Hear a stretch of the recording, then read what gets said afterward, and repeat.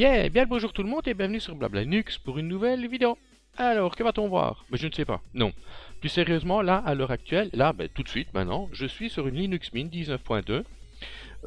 À l'heure actuelle, qui dit 19.2 chez Mint, dit bêta. Oui, version bêta. Petit nom de code, Tina. Alors, chez Linux Mint, on propose 3 environnements de bureau, un environnement de bureau maison, qui n'est autre que Cinnamon. C'est pour Cinnamon que la plupart du travail est réalisé. Ouais, nouvelle fonctionnalité, correction de bugs. Maintenant, il y a Mate. Mate, pour lequel Mint apporte également des nouvelles fonctionnalités et des corrections de bugs. Mais vous allez me dire, ben oui, mais comment ça se fait? C'est pas leur environnement de bureau maison. Mais tout simplement parce que des développeurs de chez Mint développent également chez Mate. Voilà, c'est un peu plus simple que ça. Et maintenant, il y a XFCE, le petit dernier qui lui est réellement un environnement de bureau alternatif. Il le propose, mais voilà, il n'y a pas de développeur de chez Mint qui développe chez XFCE. Sinon, peut-être qu'on serait déjà passé à la version 4.14 depuis longtemps. Oh oh. Alors, je vais lancer Firefox.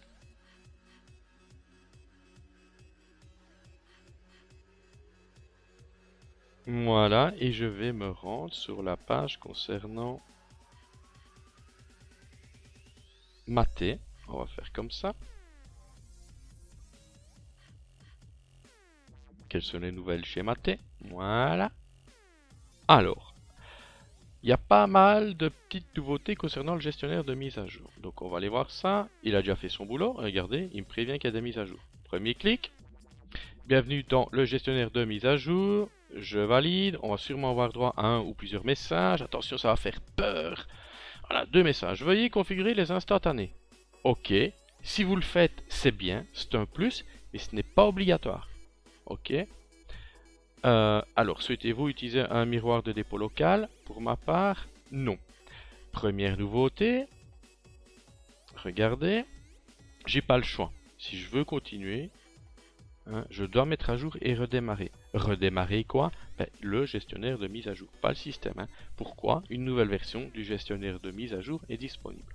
Auparavant, ça n'était pas proposé ainsi. Il y avait une ligne qui disait, voilà, il y a une mise à jour pour le gestionnaire de mise à jour, il fallait cliquer sur installer les mises à jour. Donc ici, je vais faire mettre à jour et redémarrer. Je rentre mon pass, normalement, voilà. Ah, j'aurais dû regarder la version du gestionnaire de mise à jour. Afficher les détails. Oh, ça va vite, hein. Voilà, on peut voir que le nouveau paquet DEB concernant le gestionnaire de mise à jour porte la version 5.5.0, si j'ai bien vu. On va aller voir, aide, à propos, voilà, version 5.5.0. Pour faire partir ceci, sauf si vous voulez réaliser un instantané, auquel cas là vous cliquez sur valider, sinon édition, préférence. Ah, nouveauté. Alors, toutes les applications X, ou les X-Apps, donc chez Linux Mint, utilisent la même API. C'est pour ça que toutes les préférences des applications X-App ont la même apparence, parce qu'elles utilisent la même API. Et bien le gestionnaire de mise à jour maintenant utilise cette API. D'ailleurs on reconnaît le visuel, vous le connaissez là. Ok, auparavant c'était des petites cases à cocher et des petites croix. Et voilà. Voilà, première nouveauté. Donc ça concerne le gestionnaire de mise à jour de Mint. Donc peu importe que vous soyez sous Cinnamon, Mate, XFCE. Ok. Montrer un avertissement si les instantanés ne sont pas configurés. Non. Alors. Je ferme. Voilà, l'avertissement est parti. Autre nouveauté, édition, préférence, pas nouveauté, mais liste noire. Ça c'est pas mal. Voilà. Les paquets listés ici ne recevront jamais de mise à jour. Ce qui veut dire qu'admettons, donc je ferme, le paquet bzip 2 là, je veux pas le mettre à jour. Clic droit, ignorer cette mise à jour, uniquement celle-là, alors la suivante je l'aurai quand même, ou ignorer toutes les mises à jour futures pour ce paquet. Je clique. Regardez bien, Bzip 2 ne va plus apparaître. Il n'est plus là. Je veux plus Firefox. Même chose. Il n'apparaît plus. Édition, préférences, liste noire. On peut voir que mes deux paquets sont bien dans la liste noire. Je sélectionne. Donc, je retire, je ferme. Nouvelle actualisation, donc du cache, du gestionnaire de mise à jour. On peut voir que Bzip 2 est de nouveau là et Firefox aussi. Yeah! Alors, autre... attendez, je regarde. Instantané système. Source de logiciel. On peut aller configurer.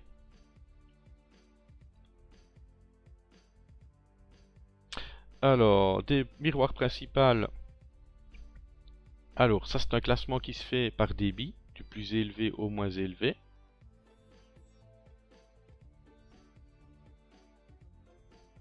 Apparemment, celui-là est bon, j'applique. Alors, pour la base, même chose, mais là je devrais avoir à faire un miroir belge. Ok, voilà. J'applique. Je mets à jour le cache, j'actualise.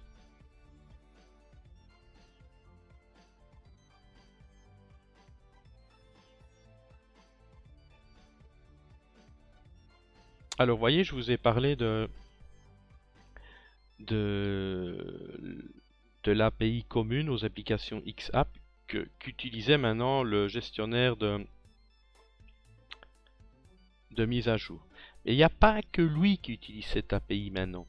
Et c'est nouveau. Il y a également le menu Mint schématé. On va voir ça. Alors ici, il y a les PP1, ok, dépôt additionnel, clé d'authentification, maintenance, pas mal. Hein. Vous pouvez revenir à vos réglages par défaut. Moi, je vais pas le faire. Alors, regardez, je vais faire un clic droit, préférences. On va patienter. Mais je pense pas qu'il va s'ouvrir. Je me demande si ce n'est pas un bug, parce qu'en plus, si on regarde dans les mises à jour, hein, ah oui, vue, important, regardez. On va demander des infos sur les anciennes versions, sur l'origine et sur la taille. Voilà, ça c'est complet. Regardez bien, je vais descendre et je vois Mint menu. Journal des modifs. Ok, parce que vous avez vu, les préférences de mon Mint menu, ben, elles n'arrivent pas. Et vous allez voir que là, on va appliquer les mises à jour. Donc, Mint menu pour matin. Hein. Regardez, on va appliquer toutes les mises à jour. Installer les mises à jour. Voilà, il me dit qu'il y aura des mises à jour supplémentaires effectuées, entre autres AMD microcode, Intel microcode. Ok, je valide. Je donne mon passe pour élever les privilèges. En espérant que ça ne prenne pas trop de temps.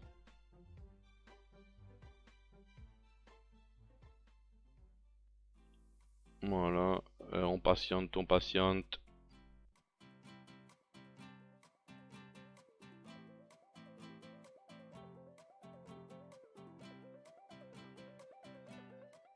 Ok, installation de logiciel, information détaillée. Maintenant, voilà, je n'ai pas été supprimer les langues obsolètes. J'aurais dû, tant pis, on patiente.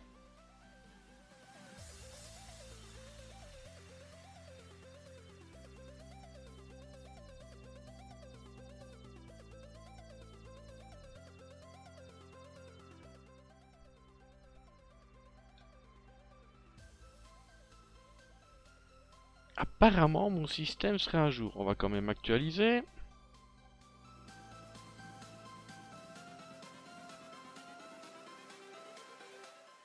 Il est bien à jour.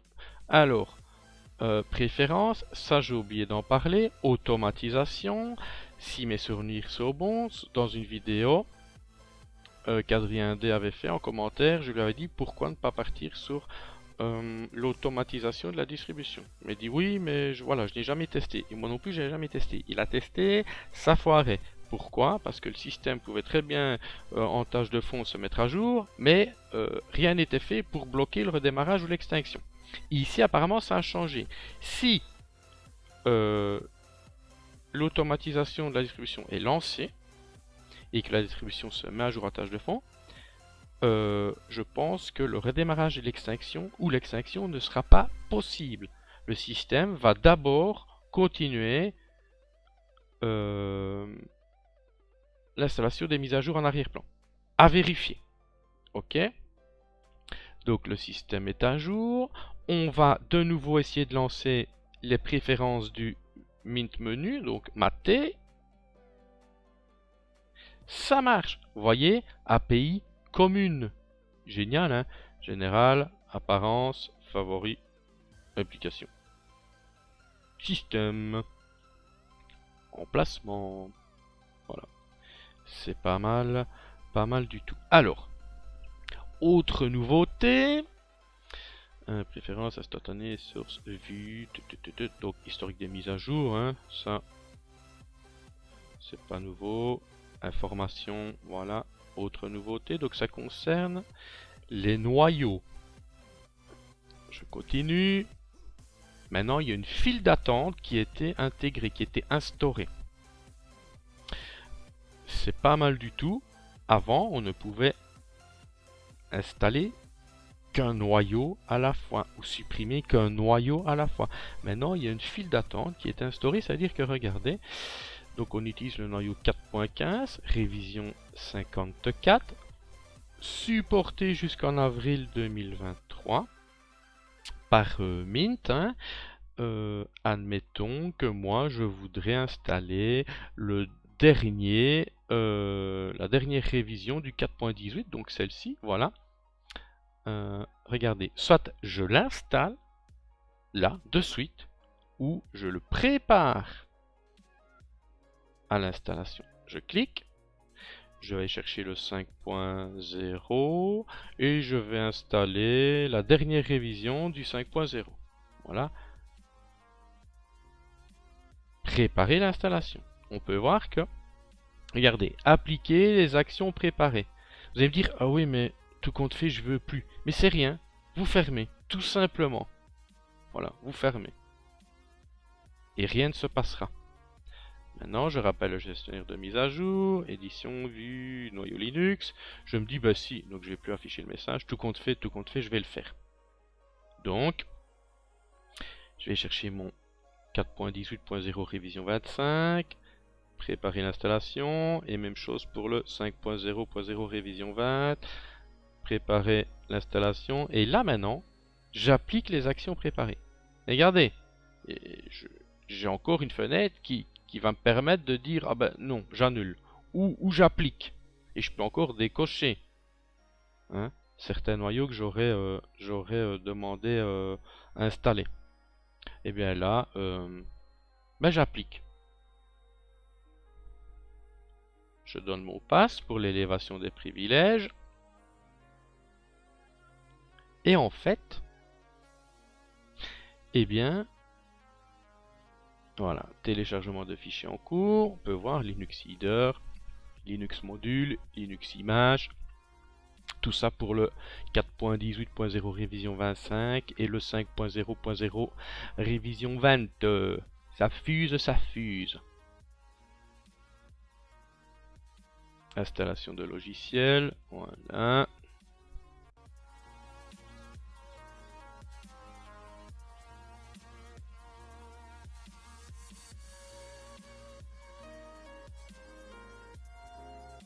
Apparemment, c'est OK. Alors, vue, noyau Linux.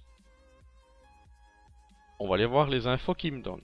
4.15, donc, c'est mon noyau actuel. Il est actif. Là, je travaille avec. OK? C'est pour ça que je ne peux pas le retirer ou le préparer pour la suppression. Le 4.18, le 4.18.0 révision 25 est installé. Vu que je ne l'utilise pas, là, que je ne suis pas dessus actuellement, ben je pourrais déjà le retirer ou préparer à la suppression. Même chose pour le 5.0.0 révision 20. Ok, ce que je vais faire, je vais redémarrer. Si je redémarre, normalement, mon système va utiliser le dernier noyau en date. Donc le 5.0.0 révision 20. Ce que je vais faire. OK? Donc, je redémarre.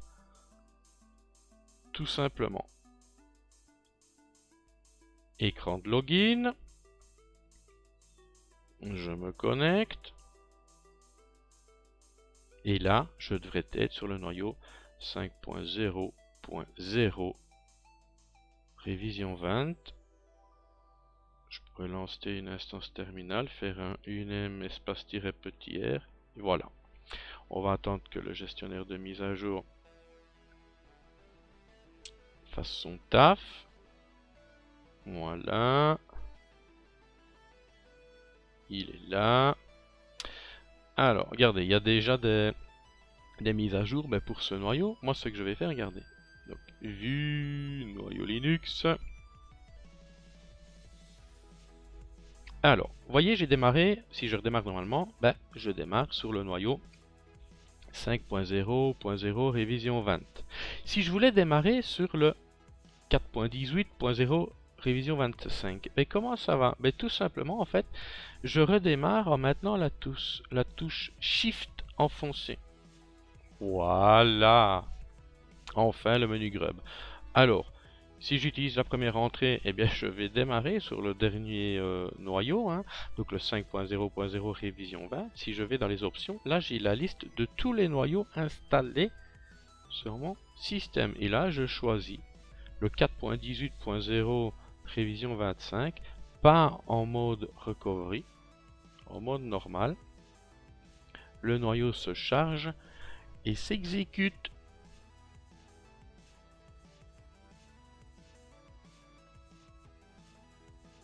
Comme ça, je sais que les 3 noyaux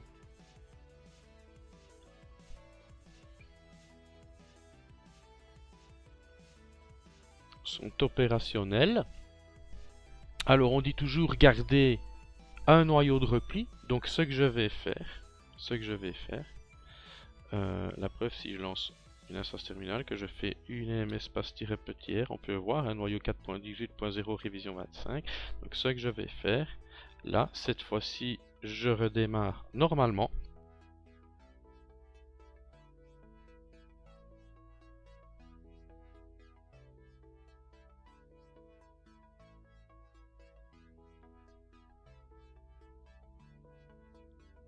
Comme ça, je vais de nouveau être sur le noyau le plus récent, le 5.0.0 révision 25, je crois. Donc je vais faire un unem espace-petit r, révision 20, ok. J'entends l'appeler gestionnaire de mise à jour. Et là, je vais supprimer le noyau le plus ancien.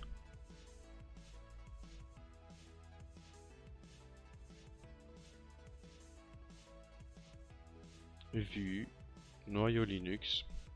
Même chose, je vais préparer ça à l'install. Donc le 4.15, il est installé mais il n'est pas actif. Préparer la suppression. Mais c'est tout, parce que je vais garder le 4.18.0 révision 25 et celui qui est actif, le 5.0.0 révision 20. Appliquer les actions préparées. Voilà, il me dit, voilà, je vais retirer le 4.15.0 révision 54. Ok, tu peux. Je donne mon pass pour élever les privilèges.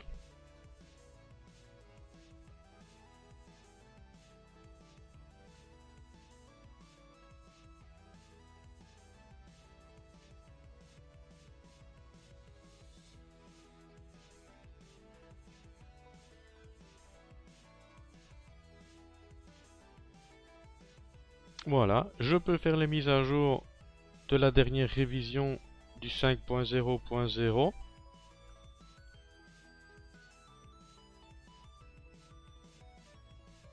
Voilà.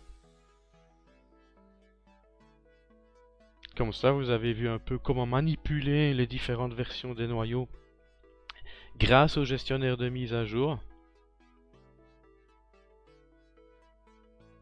Voilà. vue, noyau Linux. Alors en 4.15, je n'ai plus rien. En 4.18, j'en ai bien un. 4.18.0 révision 25. Il est installé, mais il n'est pas actif. Tandis que le 5.0.0 révision 20 est actif. Voilà. Mais c'est nickel. C'est nickel. Alors, ce qu'on peut faire, on va relancer Firefox.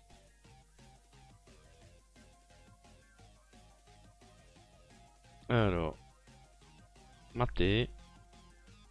Quelles sont les nouvelles pour mater? Alors, tout ça, on a vu. On a vu. Ok. Ok.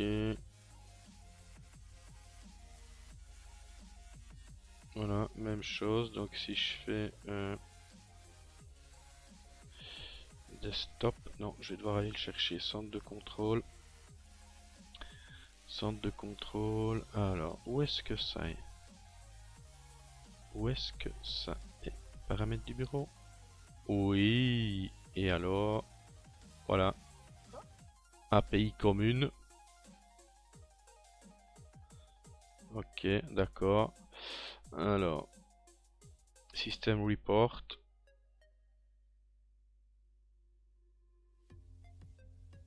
Ah ouais, donc on a affaire à du matin 1.22. Ah, Boot Repair. Boot Repair fait partie de l'ISO.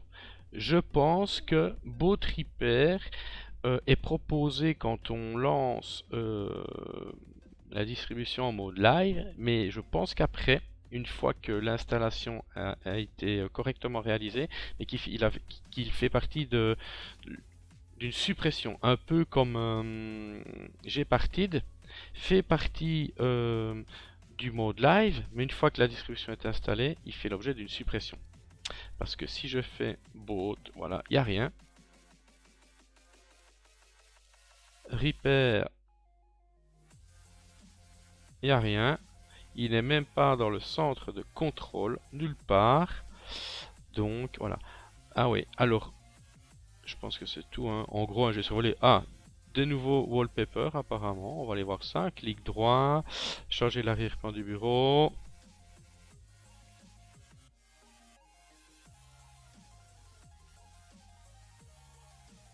Parce que c'est ce qu'ils disent. Hein. Voilà, une super collection. Ok. Ouais, et j'en vois des nouveaux que je connaissais pas. Alors, transmission.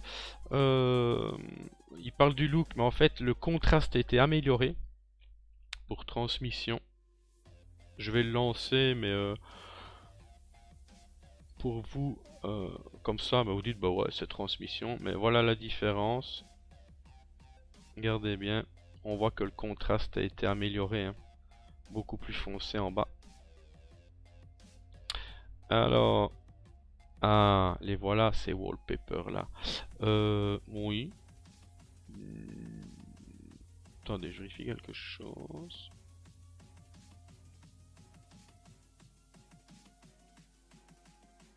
Mais ils sont peut-être pas. Ils sont peut-être pas encore.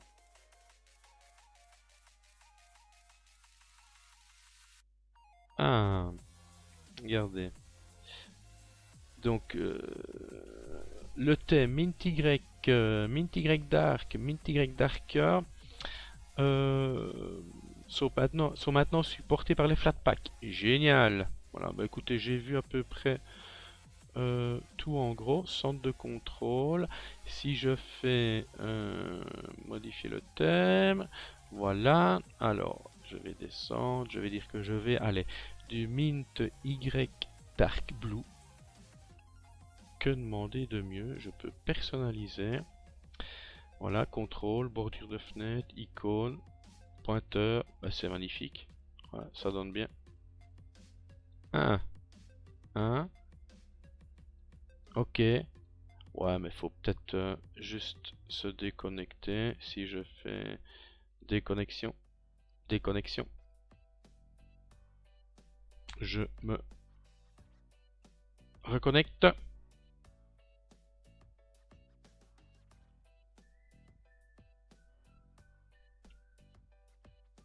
gestionnaire de fichiers qui est Kaja ou Kara. Et voilà, c'est bon ici, c'est nickel.